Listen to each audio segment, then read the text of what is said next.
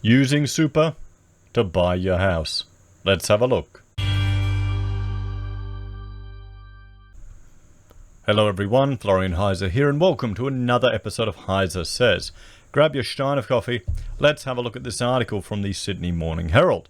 Coalition MPs back super for housing push as the RBA fears a price rises. Well, the RBA doesn't care about house price rises. They're not really worried about it.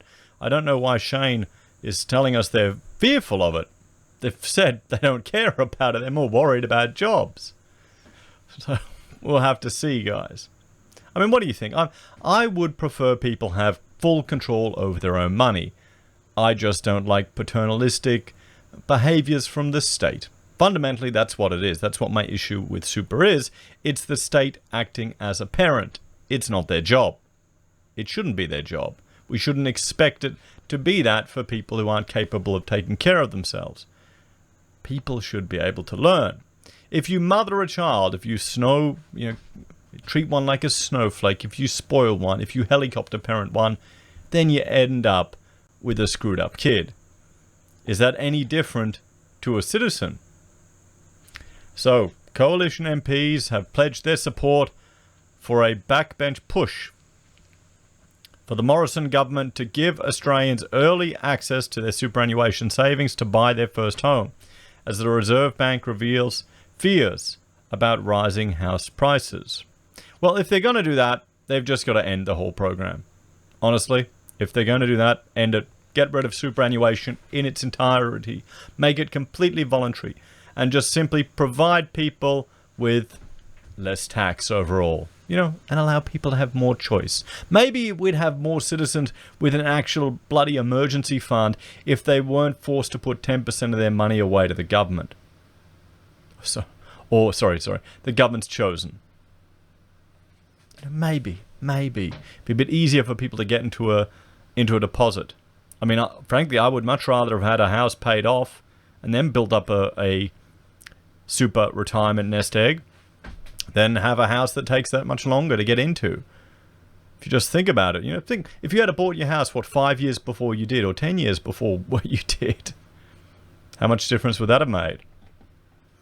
Victorian MP Tim Wilson, First Home Super Second campaign, which aims to let first home buyers access their funds for a housing deposit before being required to save it as superannuation, has infuriated Labor, industry super funds, and the union movement. Of course it is. These are all people that want control over your money. Labor, industry super funds, and unions. They all think you're too stupid to be able to manage and live for yourself. They're paternalistic, controlling, and authoritarian. I'm not wrong. Here's the issue. You know what I would suggest? I would suggest we take it even a step further, because frankly we need to get off this property bloody merry-go-round that Australia is on. We need to get away from negative gearing. We need to stop having it as the main mechanism people use to mitigate their taxation. I'd suggest we progressively phase it out. Every property has a maximum of 10 years negative gearing period from this point forward. Then if you buy a property next year, you can only negative gear it for 9, then 8, then 7, then 6. So it starts counting down. So current generation does not miss out on at least some advantages to negative gearing, but it slowly weans us off it. But then we take another thing. Pay, the investors, they always say, I see it all the time on the comments and YouTube videos I'm watching, pay yourself first. What if rather than paying tax to the government, you could write off the costs of buying your primary residence? Why are we allowing people to write off loss-making investment properties under some fake imagination world that it will actually provide cheaper housing for people to rent in, when it doesn't, because it just drives up the cost of housing because there's more demand for investment properties to offset tax, and that drives up the cost also then will drive up the rent because people will want to make a loss, but not too big a loss. So let's allow people to write off their houses, their mortgage interest. Why not? Pay yourself first. Shouldn't that be one of the most, if it's one of the most important things in a country, if you think everyone has a right to a house, then they should be able to write off all the costs associated with getting that house.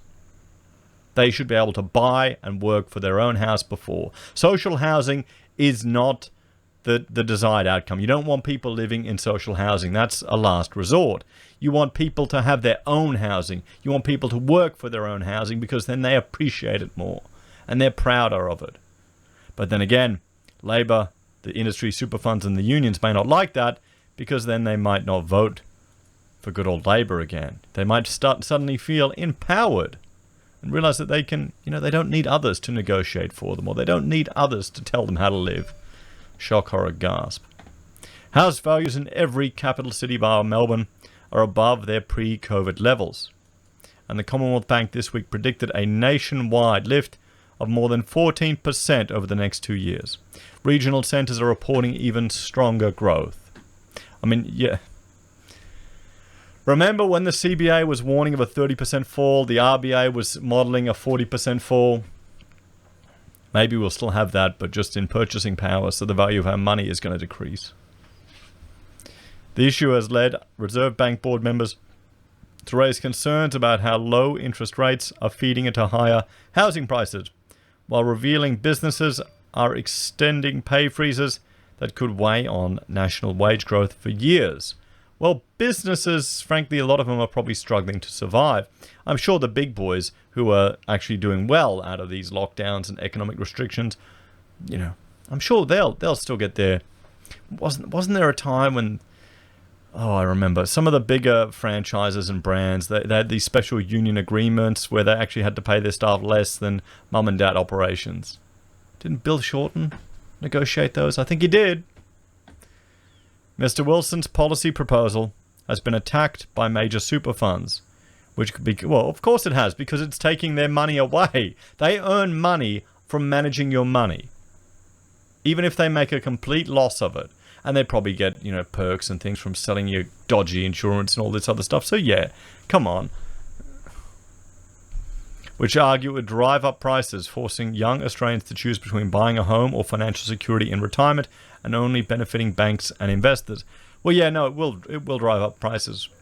But what would you rather? Guys, would you rather have a house now? This is the thing. I would rather we make it voluntary. I really would.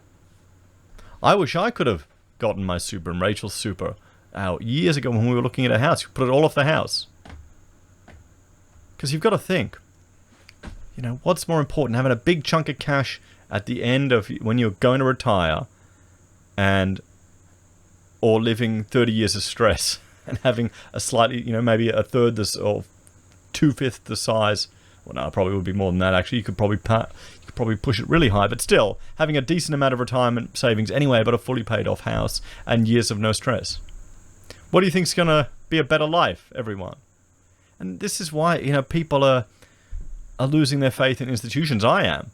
I'm thinking about it. Australia, everyone's saying how great it is. Okay, well, you've got the young people are struggling to get into a house. You can't even, having one person actually maintaining a household. If you wanted to, work and keep your wife at home to raise the kids, to be really old-fashioned, but if you wanted to do that, it's a luxury these days. It really is a luxury. You either have to be earning a lot of money or you have to make some huge sacrifices. You can't do it on average wage anymore. How are we the lucky country? Housing's just getting more and more expensive. Not everyone's riding the road up, guys. Not everyone's, riding that 5 bloody houses one after the other up to the moon. Some people are just trying to get on. Several MPs, including Liberal MP Craig Kelly, Gerard Rennick and Jason Falinski, and Nationals George Christensen and Matt Canavan, spoke in favour of the suggestion on Tuesday in a coalition party room meeting. They argued helping Australians to buy a home was the best thing for their retirement. Well, they're right. Having a house in retirement, paid off, yours, it's much better. There's more security there.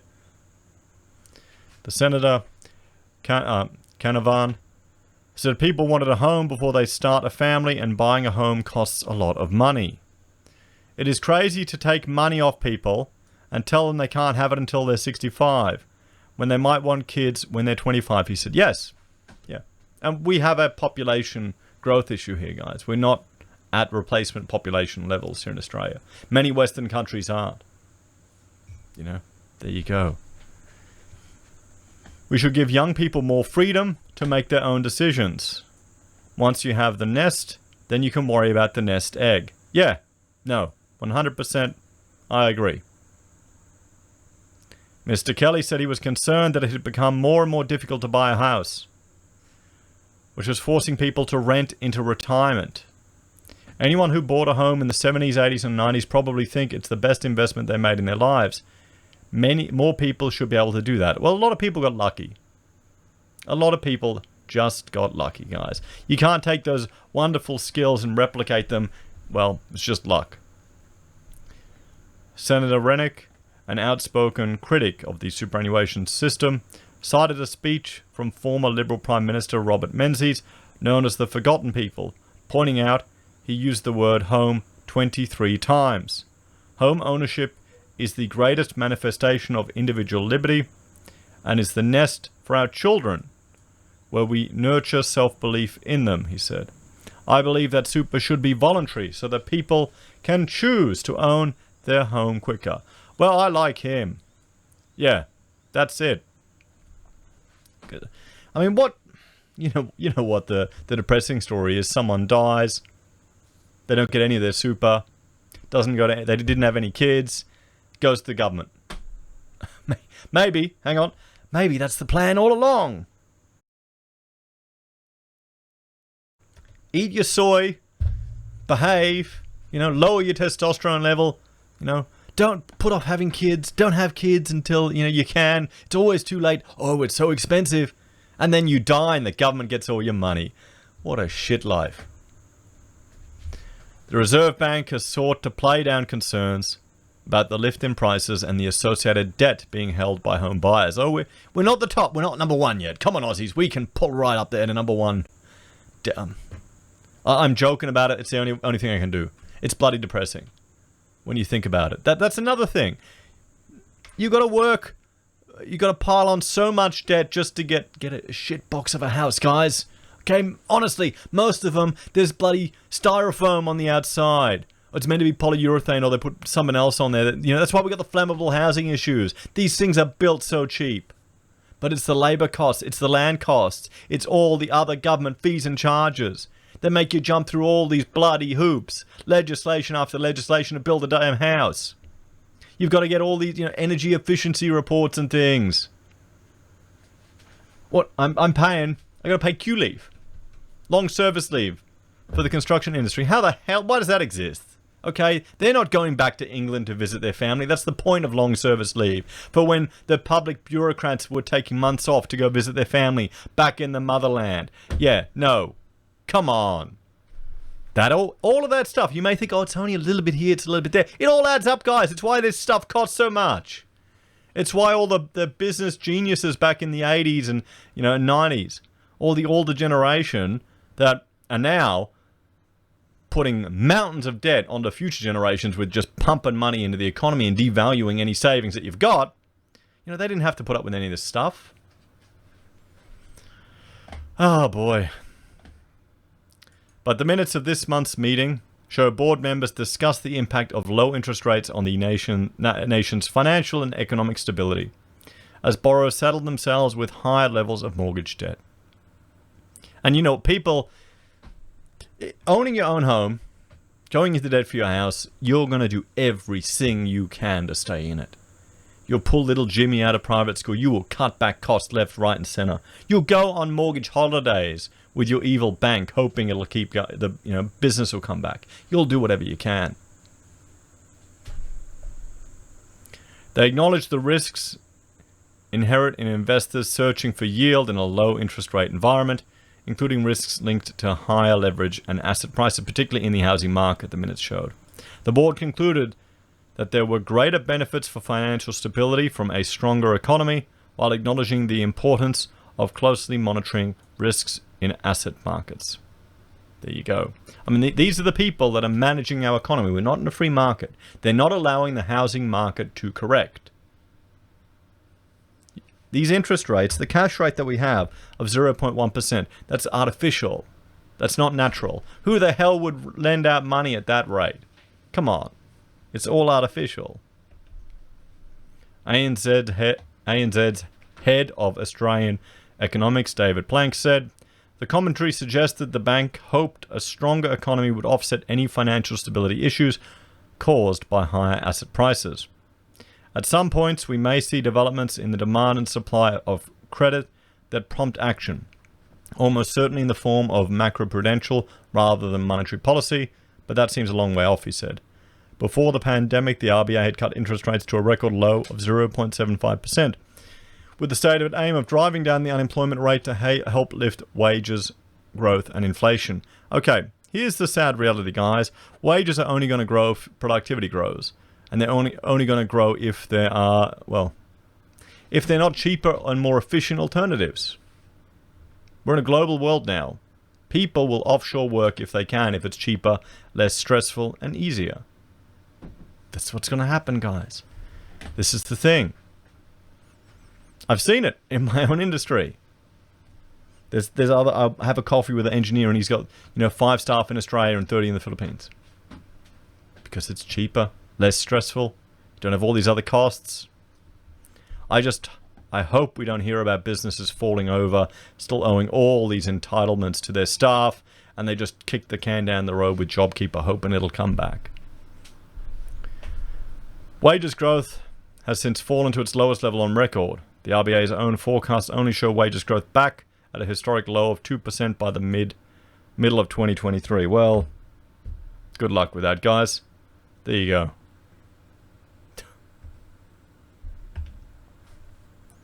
The minutes show the board members are expecting it to take years for wages growth to get anywhere close to a normal level.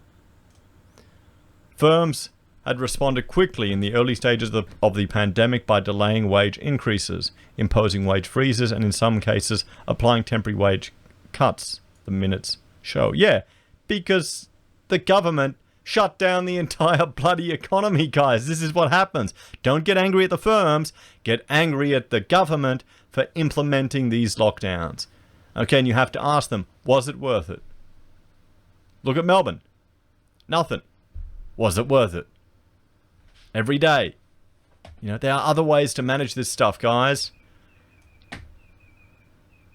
It's not even discussed anymore. Remember when it was? It seems so long ago, wasn't it? Now it's just it's the default. Boom, boom, boom. The problem is they can't go against what they've done in the past because it'll political leaders, because then it will make them look like stupid idiots if they don't lock down. Maybe they have a limited lockdown or limited intervention, and it has the same outcome. So they can't do it. They can't challenge themselves. The best you can do is compare maybe New South Wales and Victoria. Look at the number of people they had staying in hotels. Look at the number of people, how many outbreaks they had, how they contained it, and compare the two economies. That's the best we have here in Australia to compare the two and look at which state's doing a lot better. So, liaison contacts had suggested it could be some time before wage freezes are lifted. Another headwind for the economy is population growth, which is expected to slow to its lowest rate since World War I. The minutes show the bank believes Australia's economic output would fail to return to its pre-pandemic trajectory, largely because of the slowness in population growth. Well, yeah, that's another huge issue, everyone. Lower population growth would continue to weigh on both aggregate demand and labour supply in the period ahead, they show. Well, get out there, start having some coronavirus babies, guys. Don't listen to what the hippies tell you. They're not that expensive.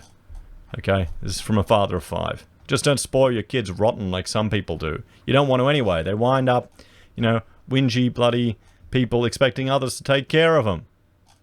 Maybe we've had a few too many of those in Australia. Feels like it. Anyway, let me know your thoughts and opinions in the comments down below. Please like, share, subscribe to the channel. Do you think people should be able to use their super, or do you think we should even just get rid of the bloody program itself?